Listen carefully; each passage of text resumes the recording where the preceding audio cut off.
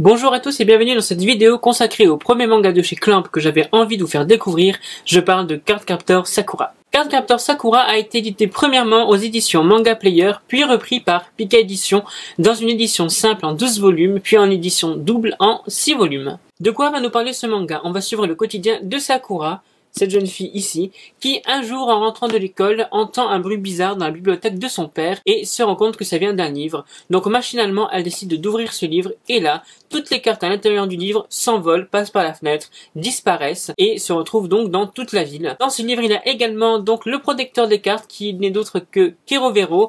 Donc Kerovero qui est juste ce petit personnage là. Voilà. Un mignon petit ourson en peluche, en apparence en tout cas, il se révélera être un adversaire redoutable contre les ennemis de Sakura par la suite. Sakura est un manga, Cardcaptor Sakura pardon, est un manga qui évidemment va nous parler de magie, qui a un univers bien à lui, comme beaucoup de mangas de chez Clamp. C'est vraiment un univers riche qui paraît peut-être superficiel avec le synopsis que je vous ai présenté, c'est-à-dire une simple fille qui va devoir se mettre à la chasse, donc des cartes qui ont elles-mêmes un pouvoir totalement différent. Mais en fait, ce manga nous parle de sujets un peu plus profonds. On découvre par exemple que au début du manga, Sakura a perdu sa maman, donc on vit déjà dans une maison monoparentale où le père élève seul sa fille et son frère Tuya. Donc on parle évidemment de la monoparentalité, donc à savoir comment le papa de Sakura se débrouille pour s'occuper de sa fille évidemment. On nous parle également d'homosexualité, alors ce n'est pas à proprement dit dans le manga, c'est-à-dire qu'on n'a pas de bisous comme des yaoi ou de scènes explicites. Non, on parle d'amour, de voilà, c'est un peu d'innocence je dirais, avec deux personnages principaux du manga. Il y a également une élève dans l'établissement de Sakura qui entretiendra une relation avec son professeur. Alors là encore, ce n'est pas de façon explicite, il n'y a pas de scène d'amour, il n'y a pas de romance à proprement parler, mais on voit que le professeur fait des cadeaux à la jeune fille et vice versa en fait, et on comprend totalement qu'ils vivent plus ou moins une relation, même si ce n'est pas à proprement parler. Moi, ce qui me plaît réellement dans ce manga, mis à part donc ce côté magique où Sakura va développer ses pouvoirs au fil des tomes, et qu'on apprend également l'existence de nouveaux méchants tout aussi badass qu'elle finalement, c'est justement le côté complet du manga, c'est-à-dire qu'on a pas mal de sujets qui sont évoqués et les personnages sont vraiment super bien faits. J'étais vraiment accroché à tous ces personnages, même ceux finalement qu'on est censé détester. Moi je les ai tous adorés. D'ailleurs les dessins de chez Clamp sont magnifiques.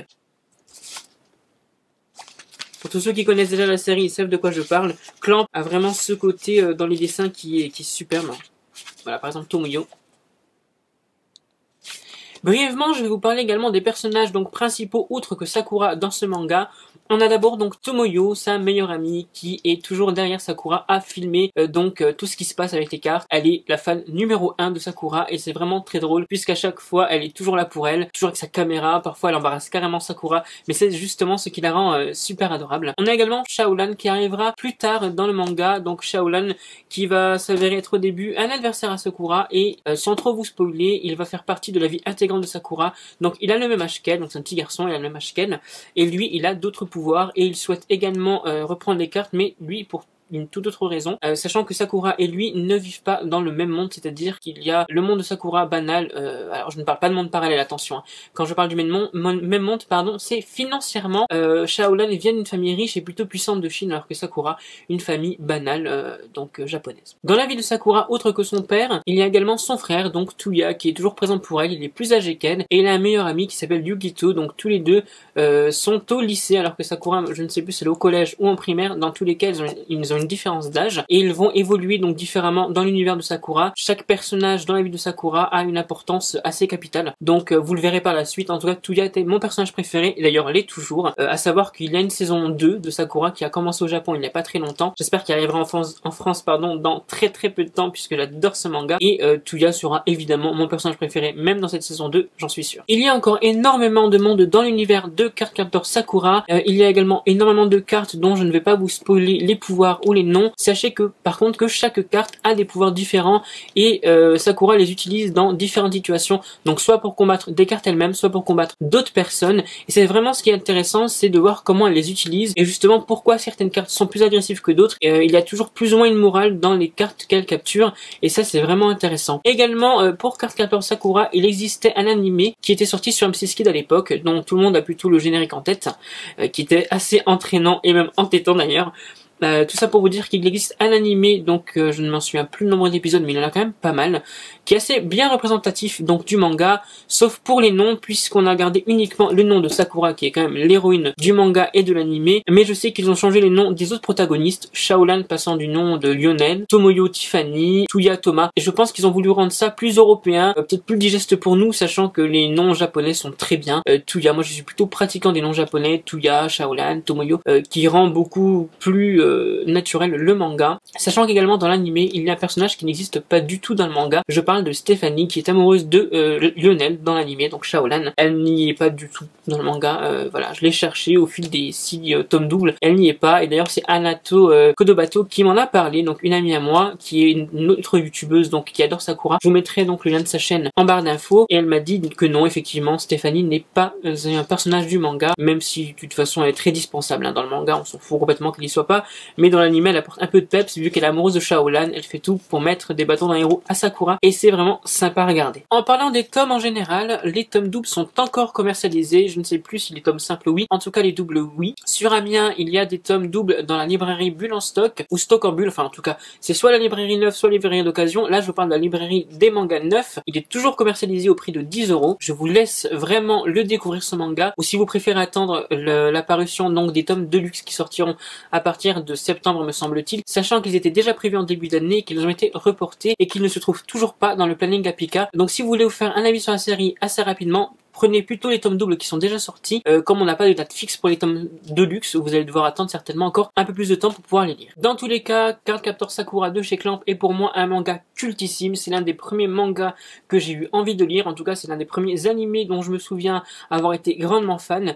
Pour moi ce manga a tout simplement tout, il est parfait, je n'ai rien à redire, je n'ai rien à critiquer et je n'aurai rien à changer dans ce manga. J'ai adoré tous les personnages, j'ai adoré toutes les histoires, je me suis d'ailleurs bouffé les tomes comme ça en moins de 3 jours tellement j'étais fan. J'ai mis du temps à les acheter parce que je ne pensais que c'était improbable pour moi de les retrouver, et finalement je les ai tous retrouvés en occasion, donc les 6 tomes doubles qui valaient à la base 60 €, je les ai payés 30 € frais de port inclus sur le site de Manga Occasion que je vous avais conseillé dans une première vidéo. Dans tous les cas, pour moi Sakura c'est vraiment la base.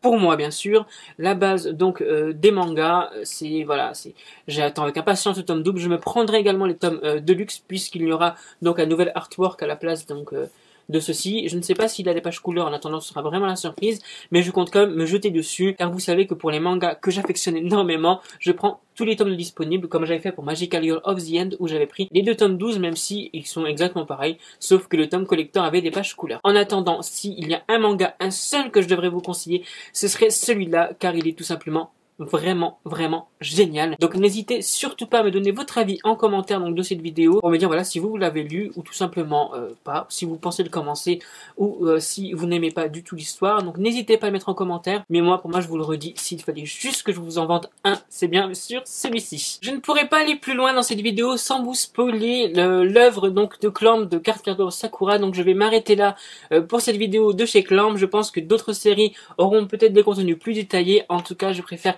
m'arrêter tout de suite avant de trop vous en dire. Je vous le conseille fortement et je continuerai à vous le dire si vous me posez la question évidemment en commentaire. Pour moi ce manga est juste génialissime, donc n'hésitez surtout pas à le commencer. Cette première vidéo dans l'univers de chez Clamp est à présent terminée. J'ai commencé donc par un manga que j'affectionne énormément, mais je pense que tous les univers de Clamp que je vais vous présenter dans les vidéos spéciales Clamp seront pour moi des coups de cœur. Alors attention, je ne vais pas vous parler de toutes les œuvres de Clamp. Il y a des Clamp qui ont été arrêtés, il y a des Clamp qui valent beaucoup trop cher pour moi. Je prends l'exemple de RG Veda. J'aurais aimé me prendre la version Deluxe, mais il coûte tout simplement très cher. Par exemple, je n'ai pas vu le tome 7 version donc Deluxe, dernier tome de la série, à moins de 220 € et c'est tout bonnement du vol. Donc je ne pense pas pour l'instant me prendre la série. Les tomes simples ne m'intéressent pas. Je n'ai pas du tout aimé les couvertures. Je pensais vraiment me prendre les tomes doubles.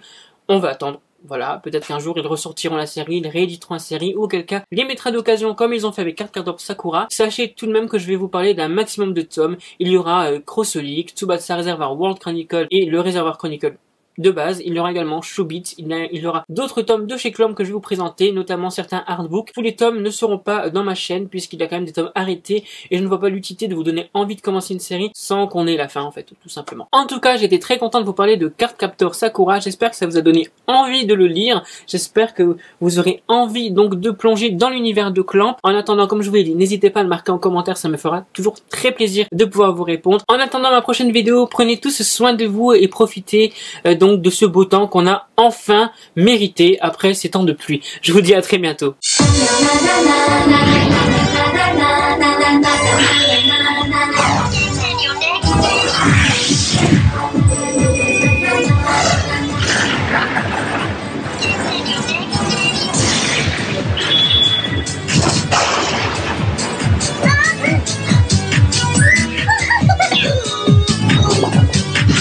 Vous savez quoi? Un jour, j'ai trouvé dans la bibliothèque de papa le livre de Clo. En l'ouvrant, j'ai laissé échapper des cartes magiques dont les pouvoirs sont très dangereux. Il faut maintenant que je les récupère.